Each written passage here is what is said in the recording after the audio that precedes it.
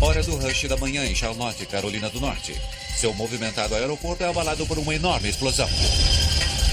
As chamas vinham por cima da cerca, uma loucura total. Todo mundo estava correndo, tentando se salvar. Os bombeiros correm para um dos principais hangares do aeroporto e se veem diante de um terrível incêndio. Levou um tempão para percebermos que um avião havia atingido o hangar. Um avião da ponte aérea lotado cai pouco depois de decolar. Todos a bordo estão mortos.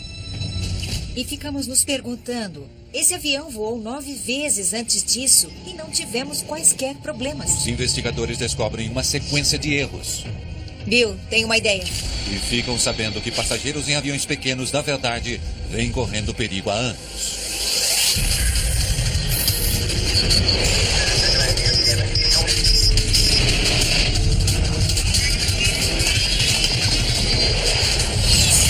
Mayday, desastres aéreos. Essa é uma história real, baseada em relatórios oficiais, transcrições do controle de tráfego aéreo e do gravador de voz da cabine, além de relatos de testemunhas. Peso fatal. É manhã de 8 de janeiro de 2003 em Charlotte, Carolina do Norte. Uma cidade de 500 mil de pessoas acorda. No aeroporto internacional de Charlotte Douglas, a piloto comercial comandante Kate Leslie chega cedo ao trabalho. Com apenas 25 anos, nascida no Texas, ela voa pela Air Midwest faz quase 3 anos. É um dos comandantes mais jovens em sua empresa. Oi, Tom. Tem um ótimo voo. Ela é um piloto de primeira linha e vem construindo sua carreira em um dos aeroportos que mais crescem dos Estados Unidos. Esse aeroporto é um importante eixo doméstico para a US Airways, com voos para a maior parte das principais cidades do leste dos Estados Unidos. A Air Midwest tem um serviço de ponte aérea como US Airways Express. Ela opera uma frota de aviões Beechcraft 1900D, um pequeno avião para 19 passageiros que cobre pequenas distâncias, uma aeronave confiável da indústria. Hoje, a comandante Leslie estará no comando de um 1900D, em uma viagem rápida de 30 minutos até o aeroporto de Greenville-Spanterburg, em Greer, Carolina do Norte. Seu copiloto é Jonathan Gibbs, de 27 anos. Como dormiu a noite passada? Eu sonhei que estava em Miami. Atenção, senhoras e senhores. Esta é a última chamada para o voo 5481 da Air Midwest para Greenville-Spartanburg. Todos os passageiros... Entre os passageiros que vão para Greer esta manhã está Christiana Shepard, de 18 anos. Portões E1 a E32.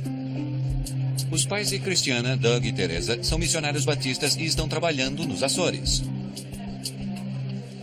Christiana deixou os Açores em 7 de janeiro. Passou a noite no aeroporto em Boston.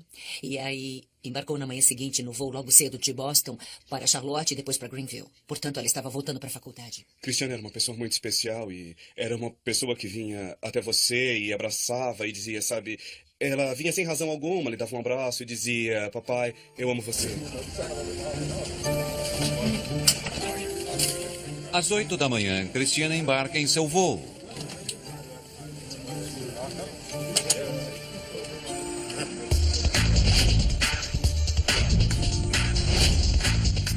Enquanto isso, como parte de sua lista de verificação padrão antes da decolagem, a tripulação calcula o peso de todas as bagagens, passageiros e combustível no avião. Isso é feito para garantir que o avião não esteja sobrecarregado e que o peso esteja dividido de forma uniforme, um cálculo feito em todos os aviões comerciais. Você sabe se o avião está lotado? Tem 19 pessoas na parte de trás. Ainda não sei quanta bagagem. Certo. Mas os carregadores estão preocupados que a bagagem que estão embarcando possa estar pesada demais. Droga! Comandante, quantas vamos ter que tirar? Estamos calculando.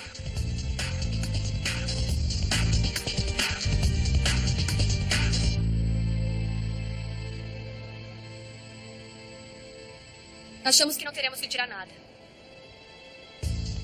Legal, 7719. 7765 é nosso peso, não? Sim, no máximo. Então, estamos bem. Estamos bem.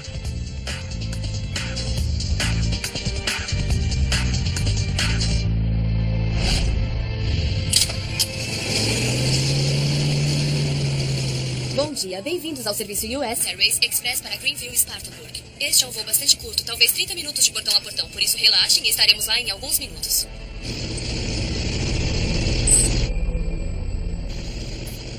Antes da decolagem, a tripulação verifica os controles de voo, inclusive leme e profundor, que ajudam a controlar a direção do avião. Controles de voo livres e corretos. Air Midwest 5481, pista 18 direita. Coloque-se em posição e aguarde. A comandante Leslie está a minutos da decolagem. Na pista à frente deles está um Bombardier CRJ pronto para decolar. Aquele CRJ é sem dúvida um belo avião, não é? É, eu adoraria pilotá-lo. Com a forte turbulência liberada pelo CRJ, a comandante Leslie precisa ficar a uma distância segura. Vão nos mandar para longe com seu deslocamento de ar. Air Midwest 5481, virar à direita em direção a 230, livre para decolagem. Potência para decolagem, por favor. Potência estabelecida. 80 nós, verificação cruzada.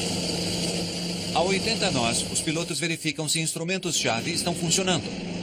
Sem sinais de problemas, Leslie e Gibbs prosseguem com a sua decolagem.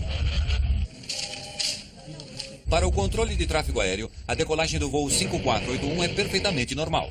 Pra cima. O quê? Mas, sem aviso, o nariz do avião se inclina drasticamente para cima, de 7 para assombrosos 54 Me graus. ajude! Você conseguiu! Eu estou tentando! A tripulação luta para baixar o nariz do avião novamente. O fluxo de ar sobre a parte superior das asas cria sustentação, mas se o nariz continuar subindo, o ar deverá fluir suavemente sob as asas do avião. Irá perder sustentação, estolar e despencará dos céus. Empurre o nariz pra baixo! Ai, meu Deus, temos uma emergência pra Air Midwest 5481! Alerta 3 de prontidão, pista 18 direita. A controladora a cargo do voo 5481 pede equipamento de emergência. Ah, meu Deus. O avião está agora a 350 metros do solo. Ele estola, vira para a esquerda e começa a cair. A comandante Leslie puxa o manche com toda a sua força. Se ela não conseguir fazer o avião subir, eles irão se chocar contra o solo. A comandante Kate Leslie luta desesperadamente para fazer seu avião subir, mas ele não responde. O avião vai em direção a um hangar lotado da US Airways. O voo estava carregado com quase 1.000 quilos de combustível, altamente inflamável, colocado pouco antes da decolagem. O impacto faz com que todo aquele combustível incendeie imediatamente. Agora o fogo intenso ameaça envolver todo o hangar. Há vários aviões e centenas de pessoas trabalhando ali dentro. Corpo de bombeiros? Emergência, um avião acaba de cair. Certo, um avião acaba de cair. Isso, foi no aeroporto da US Airways e há chamas por todo lado. Temos um código 10 aqui. Um avião caiu na extremidade sul. Repito, uma queda de avião confirmada com incêndio. O chefe Kate Rogers, de 38 anos, está dirigindo para o trabalho quando recebe uma chamada de código 10. Código 10 significa que é uma queda confirmada de avião. Em geral, esse tipo de chamada é um tipo de acidente que só ocorre uma vez em sua carreira. Cindy Overcash é bombeira no departamento de bombeiros de Charlotte. Na verdade, não era possível ver o hangar daqui, só uma enorme nuvem de fumaça negra. E sabíamos que a coisa era realmente séria. Código 10 no aeroporto. Batalhão 1, Batalhão 2, 21. No edifício ao lado, o diretor de vendas, David Isola, ouve a explosão. Eu estava na minha mesa e eu ouvi um barulho muito alto. E depois, um rapaz da sala do lado entrou e disse que tinha visto um avião cair. E aí, eu peguei minha picape e fui até o local. A 60 metros de distância, Isola registra os primeiros momentos da tragédia.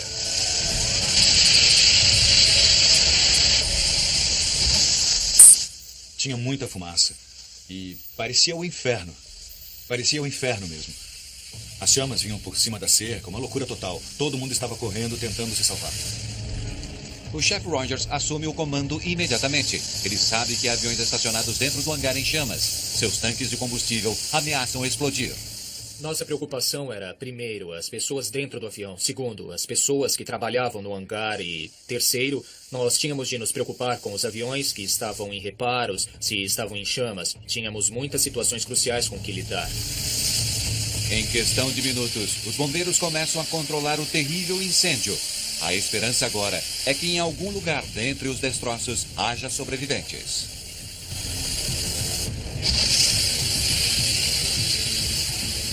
Só o que passava pela cabeça de todos era se haveria sobrevivente. O chefe Rogers envia um grupo de bombeiros, liderados por Cindy Overcash, para dentro do inferno.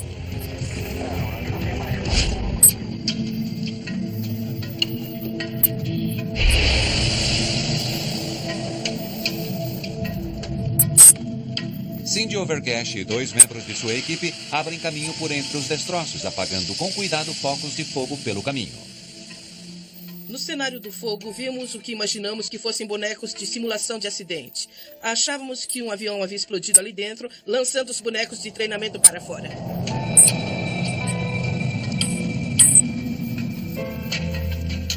Então, eu me dei conta. Não são bonecos de treinamento.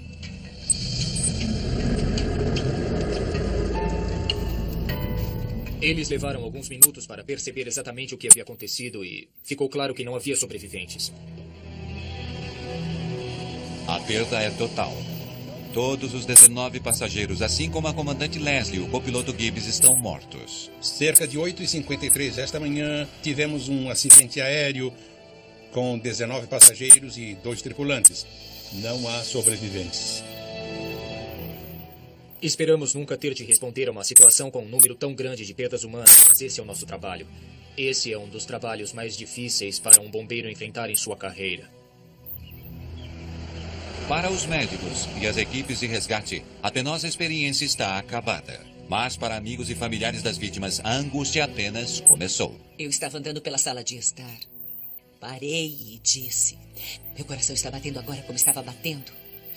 Então perguntei a Cristiana: já ligou? Ela disse não. Então eu soube o que havia ocorrido. Simplesmente sabia. E então fui até o telefone e liguei para a escola. Sim, senhora Shepard, temos mais notícias. E ele me contou que o avião havia caído durante a decolagem. Perguntei se havia algum sobrevivente e ele disse não. E então soube que tinha de contar ao Doug que estava na garagem. É uma coisa que você nunca esquece. Eu estava trocando uma lâmpada fluorescente e Teresa chegou até a porta e... Como é que se diz isso? Você usa palavras todos os dias? Como se pode usar palavras para arruinar a vida de alguém?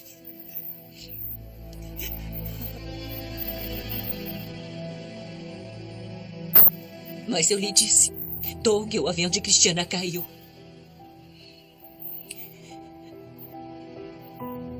Naquele momento, meu mundo desabou.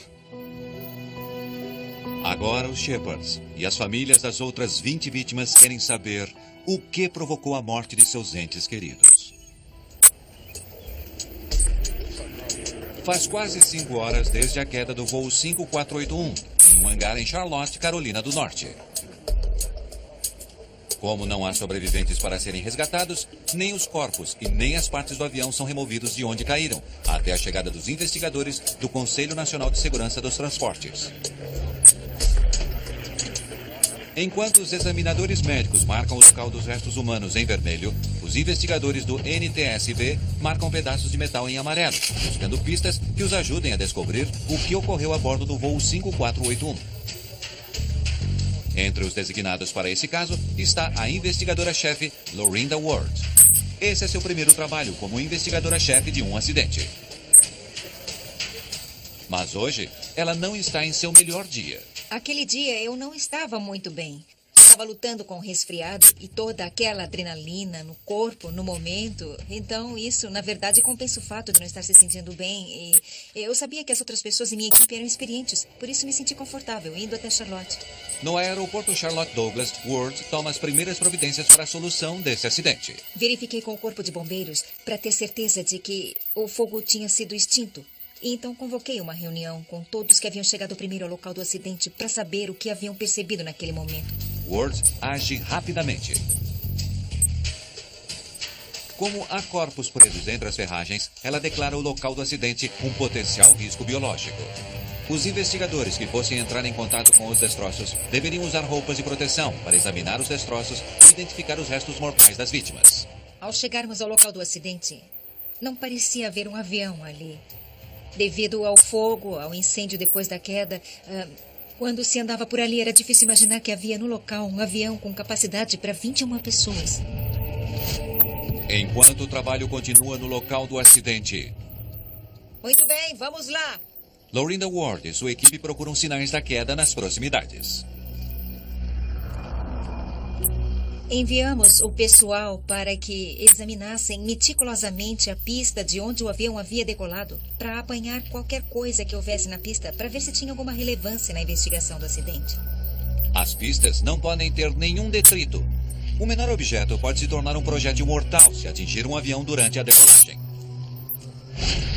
3 anos antes, um Concorde passou sobre um fragmento de metal de 40 centímetros em uma pista em Paris. O tanque de combustível do avião foi perfurado e se incendiou. O avião subiu a 200 metros antes de cair sobre um hotel nas proximidades. 109 pessoas a bordo e 4 pessoas em terra foram mortas. No aeroporto internacional de Charlotte Douglas, os investigadores vasculham a área. Eles encontram uma tampa de combustível perigosamente próxima à pista. O que conseguiram? Aquilo poderia ser sugado por um motor e o mais importante seria o dano que isso poderia causar ao motor. A descoberta levanta uma possibilidade interessante. A de que quando o voo 5481 acelerava na pista durante a decolagem, a tampa de combustível foi lançada na pista, atingiu os rotores do motor e provocou a queda do avião da comandante Leslie.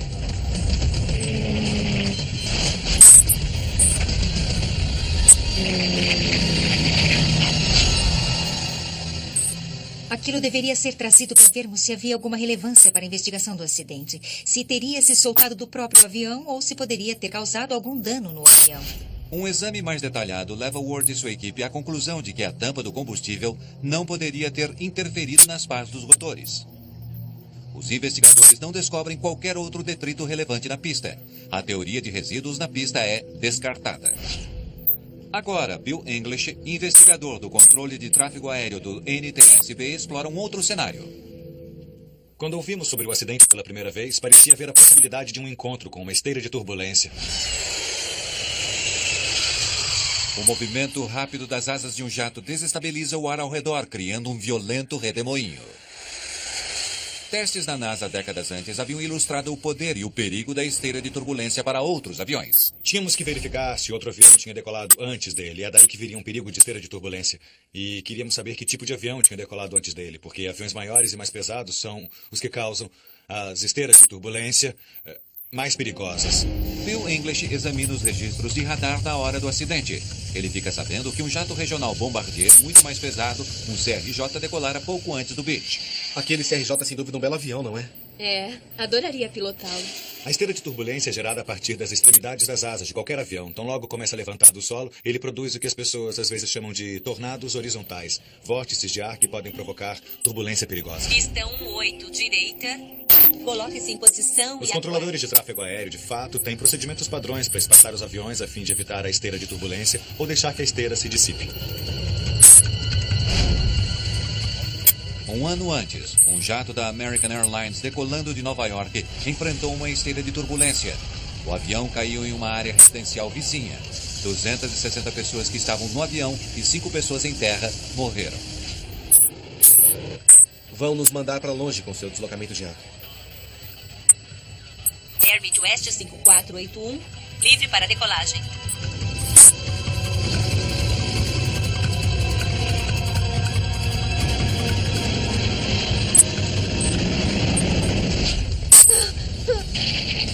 Agora, Bill English, investigador de tráfego aéreo, precisa determinar se a esteira de turbulência do CRJ provocara a queda do voo 5481. Bill English estuda a rota do voo do avião da comandante Leslie e a acha consistente com a de um avião voando numa esteira de turbulência. É comum ouvir falar em pitch-up em uma esteira de turbulência. É quando o nariz do avião se inclina subitamente para cima e a tripulação tem problemas para enfrentar isso e colocar o nariz do avião de volta no lugar. English precisa saber a que distância o voo da Air Midwest estava do jato maior. A torre de Charlotte tem um sistema de computadores sofisticado que rastreia o movimento de aviões enquanto eles ainda estão no solo. O sistema deu a Bill English sua resposta. O sistema se atualizava muito rapidamente. Assim podemos ver onde exatamente na pista e a que horas o jato regional decolara em relação a quando o avião acidentado começou sua subida. Quando Bill English identifica a posição exata dos aviões na decolagem, ele faz uma descoberta notável. Mesmo os dois aviões tendo usado a mesma pista, seus caminhos nunca se cruzaram. O RJ começou a decolar muito mais adiante na pista do que o avião acidentado. E o ângulo de subida do jato regional e o ângulo de subida do avião acidentado nunca se intersectaram. O ângulo do avião acidentado era muito acentuado. Ele não tinha nenhuma possibilidade de intersectar a esteira de turbulência advinda do jato regional. Assim, se o nosso avião tinha decolado e subido acima do ângulo do avião que decolara antes, sabíamos então que esse não poderia ser um fator para o acidente. A teoria do vórtice da esteira está descartada e o trabalho de Bill English concluído. Agora, cabe ao Ward e sua equipe encontrarem provas nos destroços incendiados do avião. Em 2 dias, sua investigação irá revelar uma sequência de erros e suposições equivocadas que há anos vinham pondo dezenas de milhares de passageiros em risco. Horas depois do acidente, os investigadores encontram o gravador de dados de voo e o gravador de voz da cabine do voo 5481 da Air Midwest. Os gravadores são projetados para suportarem temperaturas de até 1.100 graus Celsius. Nesse acidente, parte do gravador de voz, na verdade, se derreteram. Os dispositivos são fotografados e enviados para análise. E então, dentre as toneladas de destroços no solo, os investigadores descobrem os restos fragmentados dos cabos de controle do profundor. Vitais para o controle do voo, esses cabos fazem a ligação do manche do piloto com o profundor, um painel aerodinâmico que ajuda os pilotos a subir e descer. Os esticadores mantêm os cabos retesados. Para subir, os pilotos puxam o manche. Os cabos puxam o profundor para cima, forçando o nariz para cima. Para descer, os pilotos empurram o manche. Os cabos inclinam o profundor para baixo e o nariz abaixa. Entretanto, enquanto os investigadores examinam os cabos e esticadores queimados do avião da comandante Leslie, alguma coisa já parece estranha. Eles pareciam incomuns. Não estavam na posição normal em que você os encontraria. Nesse caso, tínhamos um deles ajustado para fora e o outro ajustado totalmente para dentro. Portanto, deixamos aqueles para verificarmos depois. Enquanto o trabalho do laboratório continua, o investigador do NTSB, Stephen Carbone, viaja até Huntington, na Virgínia. Ele entrevista mecânicos que trabalharam no avião no dia anterior ao acidente. Na época, ficamos sabendo que ele acabara de sair de uma checagem detalhada, que chamamos de verificação de rotina. E, cientes disso, começamos a verificar a possibilidade de alguma coisa ter sido feita durante a verificação e que precisasse ser examinada do ponto de vista de uma investigação. Os cabos precisavam de reparos. Meu ajudante anotou um pedido de ordem de serviço e eu providenciei o conserto. Não se esqueça do manual, hein? Entendido. A cada 1.200 horas de voo, os aviões da Air Midwest passam por um serviço de manutenção de rotina. Isso inclui o ajuste dos cabos que controlam o profundor do avião. Durante a verificação, ele descobriu que o mecânico havia descoberto que os cabos estavam fora dos limites. Por isso, ele tomou nota que iria verificar a tensão dos cabos e então ajustá-los conforme o manual. Os mecânicos dizem a Carbone que o trabalho fora verificado e havia recebido o carimbo de garantia de qualidade. Eles acharam que o avião estava corretamente equipado segundo o manual. À primeira vista, essa convicção parece correta. Depois da manutenção, esse avião Beech decolou e aterrissou 9 vezes sem problemas, antes que a comandante Leslie assumisse seu comando. Os investigadores se voltam para o gravador de dados do voo para saber o que houve naqueles voos. O gravador de dados do voo tinha armazenado dados de inúmeros voos, tanto antes quanto depois dos cabos do avião terem sido ajustados. Ninguém em nenhum daqueles voos havia tido qualquer problema com o profundor do avião. Por isso, na ocasião, nós não sabíamos de que forma aquilo afetara o avião, porque ele havia voado 9 vezes sem problemas antes do acidente. Ward também descobre que a tripulação havia testado seus controles do profundor antes da decolagem do voo 5481. Controles de voo livres e corretos. Air Midwest 5481.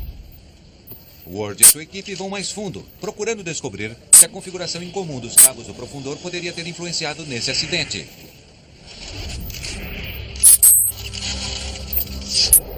O que eles descobrem chega ao que efetivamente deu errado.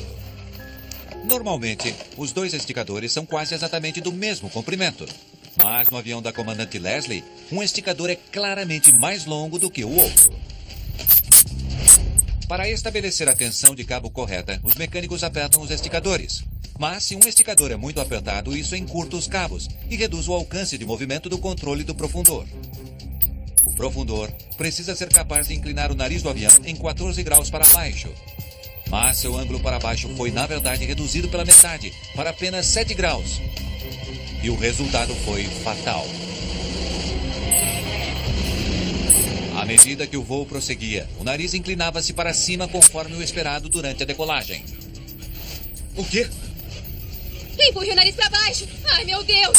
Mas o alcance reduzido no profundor impossibilitou que os pilotos trouxessem o nariz para baixo novamente. Devido ao ajuste que havia sido feito e à manutenção algumas noites antes, não havia nada que a tripulação pudesse ter feito naquele momento. Com o profundor, ajuda a explicar a queda do voo 5481 naquele dia. De alguma forma, os cabos do profundor foram ajustados de forma incorreta. Os pilotos simplesmente não conseguiram controlar o grau de inclinação de seu avião. Stephen Carbone quer saber como os mecânicos cometeram um erro tão crítico. Estou vendo isso aqui. Ele volta ao hangar para fazer perguntas aos mecânicos de plantão naquela noite. Dessa vez, eles lhe contam uma história diferente. A maior parte dos rapazes estava aprendendo o trabalho. Os mecânicos que trabalhavam para a empresa aérea eram contratados da empresa de prestação de serviços. E os mecânicos que trabalhavam no avião naquela noite tinham pouca experiência com o Beech 1900D. Além disso, a pessoa que executou a montagem estava recebendo treinamento aquela noite sobre aquela tarefa especial. Quando tiver terminado com os pinos, ajuste os esticadores para mais tensão no cabo. Estou vendo isso aqui. O ajuste dos cabos do profundor não é um processo simples. É um procedimento que leva tempo e que envolve 25 etapas diferentes. Certo. E as outras etapas? Bom, não se preocupa com isso. Apenas verifique a tensão dos cabos quando estiver terminado e está tudo bem. É isso aí. O mecânico pulou 9 etapas naquela noite. Uma delas envolvia a manipulação do profundor através de todo o seu raio de movimento. Se eles tivessem seguido as etapas conforme descritas no manual, eles teriam encontrado os problemas que haviam surgido. Bem, eu descobri que esse mecânico havia pulado procedimentos e eu fiquei realmente abalado com aquilo. Esse erro afetou a nossa vida e a vida de 21 pessoas. 21 famílias foram destruídas. Porque você nunca se recupera de uma coisa dessas. Os Shepards processaram a empresa aérea. Eles também exigem algo sem precedentes na aviação americana. Um pedido de desculpas. Eles queriam mais do que simplesmente conseguir um acordo justo em termos financeiros. Eles tinham necessidade de insistir na humanização e mostrar quem eram as vítimas dessa tragédia. Os Shepards acreditam que a melhor maneira de conseguir um pedido de desculpas é mostrando quem era Christiana. Resolvemos pegar essa fotografia e enviar para as pessoas que estavam envolvidas no acidente, na investigação, para que Christiana não fosse apenas um número, ou um número de poltrona, ou um número de passagem, ou uma quantia acordada, para que eles pudessem, de fato, ver que ela era uma pessoa. A jornada legal começou quando resolvemos que, ao querer um pedido de desculpas, queríamos que dissessem nós realmente provocamos isso. Acreditávamos que a empresa aérea se desculparia. Não fazíamos ideia que empresas aéreas não se desculpam. Eles haviam feito algo errado e deveriam assumir e dizer: sentimos muitíssimo pelo que provocamos e estamos tomando providências para reparar. Nesse caso, os mecânicos haviam feito uma coisa que acreditavam ser perfeitamente razoável. Achavam que aquele seria mais um dia de trabalho. Mas depois descobrem que 21 pessoas haviam morrido devido a um ato de negligência deles. Lorinda Ward e sua equipe acreditam terem encontrado o problema. Mas alguma coisa ainda parece não se encaixar. Por que não houvera problemas com a montagem inadequada em nenhum dos voos anteriores? E continuávamos nos perguntando, certo, esse avião voou 9 vezes antes e não tivemos quaisquer problemas. Então, tentávamos descobrir o que houve de incomum nesse voo. Ward precisa descobrir o que houve nas horas e minutos que antecederam o acidente. Percebeu alguma coisa de incomum antes da decolagem? Bom, ele estava baixo quando deslizou sobre a pista. Parecia pesado. Algumas testemunhas deram a entender que o avião estava carregando muito peso. Os encarregados das bagagens disseram que tinha sido difícil fechar a porta, porque acharam que as malas iam sair para fora. Cada avião define uma capacidade máxima de peso antes de decolar. Antes de decolar, é tarefa do piloto calcular o peso a bordo. O avião está lotado? Quantas vamos ter que tirar? Estamos calculando. A tripulação do voo 5481 realmente fez aqueles cálculos. Legal, 7719. Nós os ouvimos no gravador de voz da cabine fazendo os cálculos para se certificarem de que tinham sua gravidade central dentro dos limites antes de decolar. 7765 é nosso peso, não? Sim, no máximo. Em qualquer avião, pequeno ou grande, o peso da carga e dos passageiros tem de ser distribuído de modo uniforme. O ponto de equilíbrio de um avião é chamado seu centro de gravidade. Para que um avião voe com segurança, ele não pode estar nem muito para frente e nem muito para trás, para a popa. Então, estamos bem. Estamos sim. Achamos que não teremos que tirar nada. Os pilotos da Air Midwest aprendem como fazer o cálculo do peso e do centro de gravidade, ou CG. Eles usam pesos médios para aquele cálculo. Cerca de 79 quilos por passageiro e 9 quilos por bagagem. Eles sabiam que tinham um centro de gravidade bem inclinado para trás, mas como usaram o peso médio e cálculos médios, os números mostravam que eles estavam dentro dos limites para decolar. Mas o Ward precisa saber se o avião realmente estava dentro dos limites corretos de peso e equilíbrio para decolar. O que fizemos foi verificar o peso real da bagagem que estava a bordo e o peso dos passageiros e da tripulação. Técnicos pesam os restos da bagagem queimada dentre os destroços. Doutor, poderia me dizer, por favor, qual o último peso registrado do seu paciente? E obtém o peso real dos passageiros a bordo aquele dia. 96, obrigada. Quando todos os números são coletados, Ward descobre que o peso real do voo 5481 é 8.028 quilos. Cerca de 263 quilos acima de seu peso máximo para a decolagem. Eles não poderiam ter decolado se tivessem usado os pesos reais. Eles teriam de retirar passageiros ou bagagem. Devido ao peso dos passageiros e bagagem no voo, maior que o esperado, e ao grande número de malas guardadas na parte de trás, o avião estava pesado na cauda. Seu centro de gravidade estava ligeiramente inclinado para trás, o que não foi um problema até que o trem de pouso foi recolhido. Para cima? Quando o peso do trem de pouso se deslocou para trás com relação ao nariz, isso levou o equilíbrio de peso... O quê? Muito para trás. Os esforços dos pilotos para recuperar o controle do avião foram em vão, uma vez que os controles do profundor apresentavam defeitos. Quando o trem de pouso do nariz se movimentou para trás, eles perderam a capacidade de controlar o avião, pois todo o peso foi para trás e eles não tinham movimento suficiente do profundor para trazer o nariz de volta para baixo. E na altura em que estavam, não havia como reverter a situação. Os passageiros e a tripulação do voo 5481 estavam condenados desde o momento em que o avião deixou o solo. Eles não tinham como saber que os dois problemas não relacionados iriam se combinar para derrubar seu avião.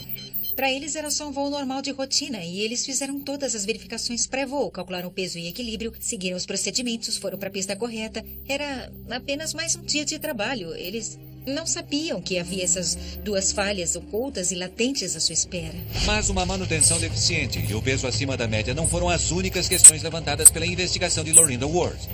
Oi, você tem um segundo? Eu tenho uma ideia. Lorinda Ward acredita ter descoberto problemas que não afetaram apenas este voo, mas que também afetavam todos os aviões no ar em trajetos pequenos.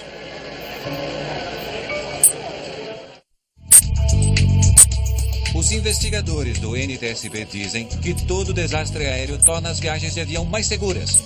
O voo 5481 não foi exceção. 14 meses após o acidente, a investigadora-chefe Lorinda Ward e sua equipe apresentaram um relatório completo para garantir que os erros que mataram aqueles a bordo do voo 5481 nunca voltem a se repetir. Entre outras coisas, Ward recomendava que a FAA revisse seus pesos médios para passageiros e bagagem, uma média que não era revista desde 1936. E como os estudos sugerem que americanos e outros adultos estavam ficando mais pesados a cada ano, Ward suspeitava que as médias estavam erradas. Recomendamos à FAA que obrigasse as operadoras a fazerem uma pesquisa em suas operações, tanto no verão quanto no inverno, para ver com que precisão esses pesos médios refletiam o peso do público que realmente voava em seus aviões. Depois de conduzir uma pesquisa com passageiros, a FAA chega a uma conclusão alarmante. O peso médio do passageiro adulto americano era de cerca de 88 quilos e não 79. A FAA também descobriu que a média de peso da bagagem de mão estava sendo subestimada em 2,5 quilos 250 gramas por mala. O peso médio que estava sendo usado precisava mesmo ser atualizado.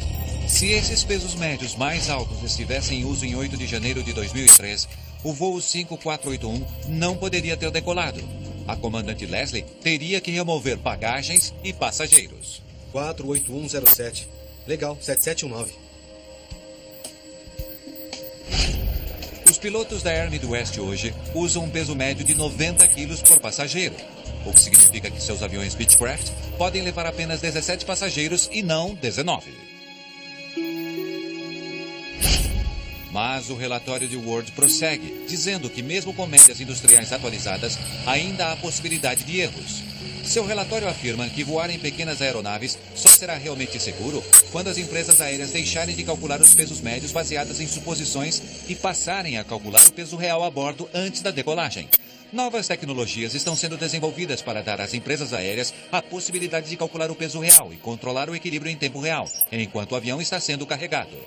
Saber o peso real de passageiros e bagagem é crucial. Cada vez mais pessoas voam em pequenos jatos. À medida que o preço do combustível para os aviões grandes dispara, os aviões menores e eficientes em termos de combustível tornam-se mais atrativos para as empresas aéreas. Só nos Estados Unidos, mais de 10 milhões de pessoas por ano embarcam em aviões com menos de 30 assentos. Um avião pequeno é mais sensível ao peso, à questão peso-equilíbrio, do que um avião maior.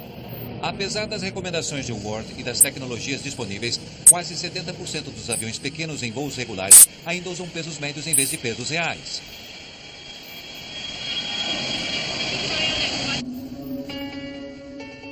Para Doug e Teresa Shepard, ainda há um outro perigo que ameaça ocorrer novamente. Se a FAA assumisse um papel realmente ativo no âmbito de suas normas, então a subcontratação poderia ser algo positivo. Da maneira como a coisa é feita hoje, os erros continuarão acontecendo. E as outras etapas? Bom, não se preocupe com isso. Apenas verifique a tensão dos cabos quando estiver terminado e está tudo bem. Em seu relatório, Ward afirma que todas as empresas aéreas precisam fornecer supervisão direta para garantir que mesmo o trabalho subcontratado seja feito corretamente. Para mim, essa investigação foi singular, porque foi a primeira vez que trabalhei como investigadora-chefe. Creio que foi uma investigação significativa, uma vez que resultou em 22 recomendações de segurança, a partir de uma pequena investigação de um acidente. Para os Shepards, as recomendações do NTSB chegam tarde demais. Mas depois de uma longa batalha legal, a Air Midwest realmente faz um raro pedido de desculpas formal pelos erros que custaram a vida de Christina Shepard. Meu nome é Ron Goldman e estou aqui hoje para apresentar as desculpas públicas e vou dizer algumas palavras. Uma desculpa pública em casos de aviação é algo sem precedentes. Estamos aqui hoje para nos lembrar das vítimas do voo 5481 e pedir nossas desculpas, oferecer nossos pêsames e sincero pesar às famílias dos passageiros e tripulantes que morreram em 8 de janeiro de 2003 no acidente com o voo 5481 da Air Midwest. A aceitação de responsabilidade sugere que as recomendações feitas pelos investigadores do Conselho não devem ser esquecidas, mas, pelo contrário, devem ser levadas a sério. Pois se você não as levar a sério, haverá responsabilidade pública além de responsabilidade pessoal. As pessoas nunca deveriam se esquecer que, quando estamos fazendo o nosso trabalho, precisamos nos lembrar da importância dele. Não importa nossa posição social ou nossa posição em uma empresa. Se estamos lá embaixo, se estamos no topo, temos responsabilidades. Uma complicada sequência de erros e cálculos equivocados levaram ao acidente com o voo 5481. Mas algumas pessoas acreditam que uma pessoa se saiu extraordinariamente bem aquele dia. A comandante Kate Leslie. Com um avião sem equilíbrio e controles com problemas, a comandante Leslie não poderia ter salvado o voo, mas suas últimas ações podem ter salvado algumas vidas. Sabe, para mim ela é uma heroína não reconhecida. Acho que muitas pessoas não sabem o que ela fez e como ela lutou e tentou levar o avião para longe do hangar. E ela de fato fez isso. Ela evitou que ele o atingisse completamente de frente. O que provavelmente evitou que muitas outras pessoas morressem naquele dia. Foi a bombeiro Cindy Overcash que encontrou o corpo da comandante Kate Leslie entre os destroços. Até hoje, Overcash ainda sente uma ligação especial com a jovem piloto. Não sei, sinto uma afinidade. Não sei porquê, não sei. Talvez pelo fato de eu a ter encontrado e estar ali quando ela deixou esse mundo. Não sei, mas penso muito nela. A investigação de Lorinda Ward poderia ter sido concluída quando ela descobriu os erros que provocaram a queda do voo 5481. Mas indo um pouco mais fundo, ela tornou os voos mais seguros para milhares de pessoas.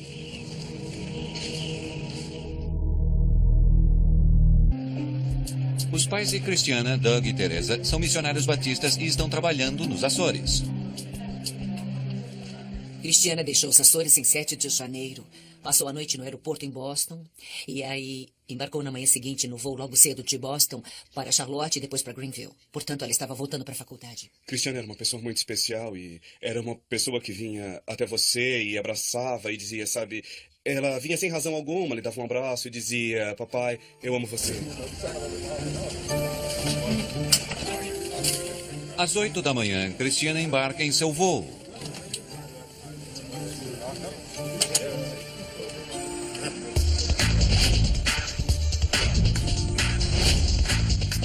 Enquanto isso, como parte de sua lista de verificação padrão antes da decolagem, a tripulação calcula o peso de todas as bagagens, passageiros e combustível no avião. Isso é feito para garantir que o avião não esteja sobrecarregado e que o peso esteja dividido de forma uniforme, um cálculo feito em todos os aviões comerciais. Você sabe se o avião está lotado?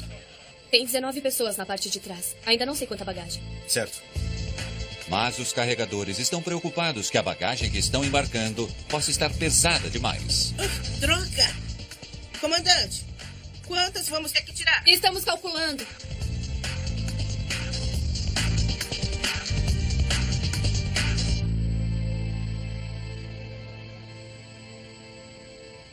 Achamos que não teremos que tirar nada.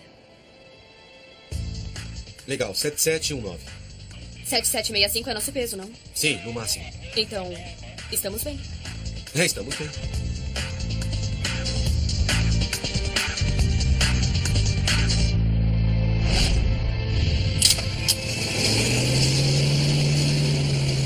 Bom dia, bem-vindos ao serviço US Airways Express para Greenville e Spartanburg. Este é um voo bastante curto, talvez 30 minutos de portão a portão, por isso relaxem e estaremos lá em alguns minutos.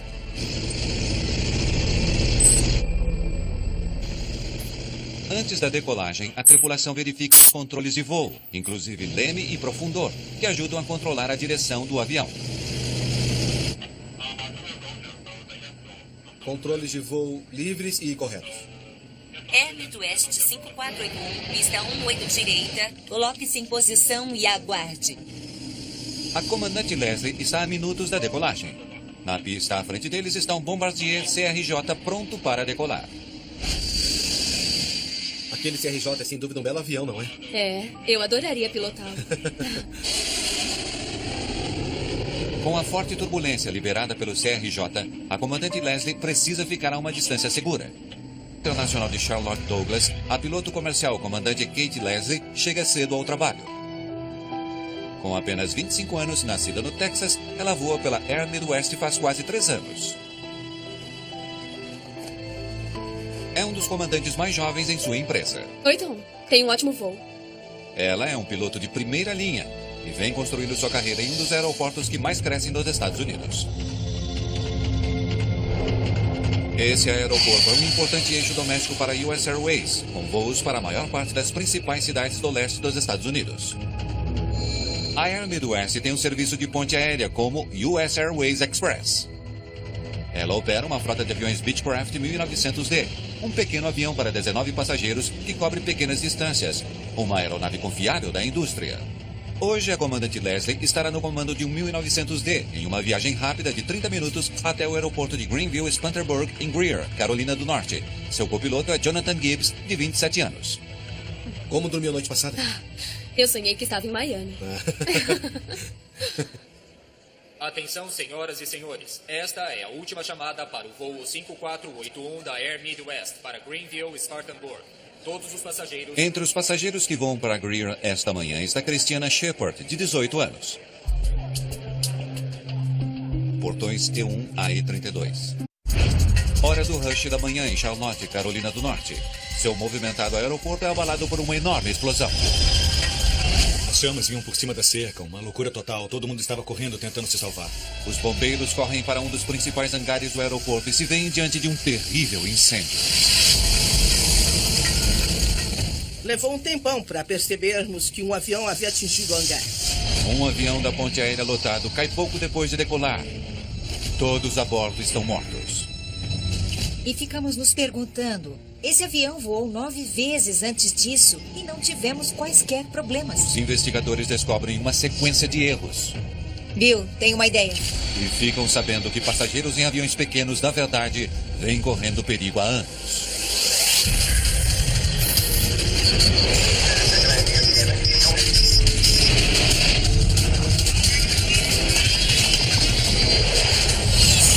Mayday, desastres aéreos. Essa é uma história real, baseada em relatórios oficiais, transcrições do controle de tráfego aéreo e do gravador de voz da cabine, além de relatos de testemunhas. Peso fatal. É manhã de 8 de janeiro de 2003 em Charlotte, Carolina do Norte. Uma cidade de 500 mil de pessoas acorda. No aeroporto... Vão nos mandar para longe com seu deslocamento de ar. Air Midwest 5481, virar à direita em direção a 230, livre para decolagem. Potência para decolagem, por favor. Potência estabelecida. 80 nós, verificação cruzada. A 80 nós, os pilotos verificam se instrumentos-chave estão funcionando. Sem sinais de problemas, Leslie e Gibbs prosseguem com a sua decolagem. Para o controle de tráfego aéreo, a decolagem do voo 5481 é perfeitamente normal. Pra cima. O quê? Mas, sem aviso, o nariz do avião se inclina drasticamente para cima, de 7 para assombrosos 54 Me graus. ajude! Você conseguiu! Eu estou tentando! A tripulação luta para baixar o nariz do avião novamente. O fluxo de ar sobre a parte superior das asas cria sustentação, mas se o nariz continuar subindo, o ar deverá fluir suavemente sobre as asas do avião. Irá perder sustentação, estolar e despencará dos céus. Empurre o nariz pra baixo! Ai, meu Deus, temos uma emergência pra Air Midwest 5481. Alerta 3 de prontidão, pista 18 direita. A controladora a cargo do voo 5481 pede equipamento de emergência. Ah, meu Deus. O avião está agora a 350 metros do solo.